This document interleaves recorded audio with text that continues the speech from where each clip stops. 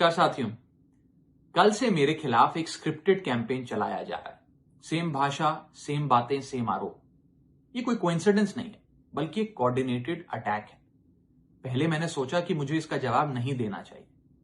फिर लगा कि कहीं एक झूठ को 100 बार बोला जाए, कुछ लोग मान ना लें। इसलिए मैंने सोचा कि जवाब दूं। आम आदमी पार्टी ने 3 आरोप लगाते हुए ये कहा कि इन 3 आरोपों की वजह से हम राघव चड्ढा को पार्लियामेंट में बोलने का मौका नहीं देंगे। राघव चड्ढा के पार्लियामेंट में बोलने पर रोक इसलिए लगाई गई क्योंकि उन्होंने ये 3 गलतियां करी। मैं एक एक करके इन तीनों पर आपसे बात करना चाहूंगा। पहला आरोप कि जब ऑपोजिशन पार्लियामेंट से वॉकआउट करता है, सदन से वॉकआउट करता है, तो राघव चड्ढा वहीं बैठे रहते हैं, वो वॉकआउट नहीं करते।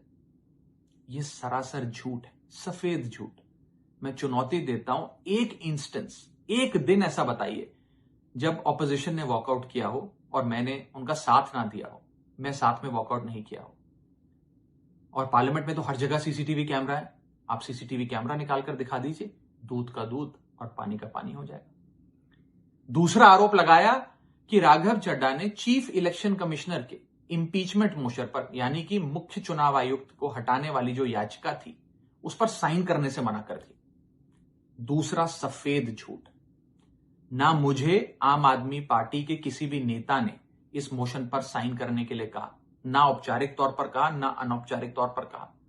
और आम आदमी पार्टी के राज्यसभा में कुल 10 सांसद हैं, जिनमें से 6 या 7 सांसदों ने इस मोशन पर खुद ही साइन नहीं किया। तो भला इसमें मेरी क्या गलती? खाली सारा दोष मुझ पर ही क्यों मढ़ा जा रहा है? और इस मोशन के लिए राज्यसभा में कुल 50 सिग्नेचर चाहिए होते हैं, यानी कि 105 विपक्षी सांसदों में से मात्र 50 सिग्नेचर से ये याचिका पूरी हो जाती। तो इतना शोर क्यों? और तीसरा आरोप जो मुझ पर लगाया गया वो ये था कि राघव चड्ढा डर गए हैं और इसलिए वो बेकार मुद्दे उठाते हैं। पहली बात मैं बता दूं कि मैं पार्लियामेंट में शोर मचाने, चीखने, चिल्लाने, माइक तोड़ने या गाली देने नहीं गया। मैं वहां पर जनता के मुद्दे उठाने गया हूं, लोगों की बात करने गया हूं। और मैंने कौन सा मुद्दा नहीं उठाया?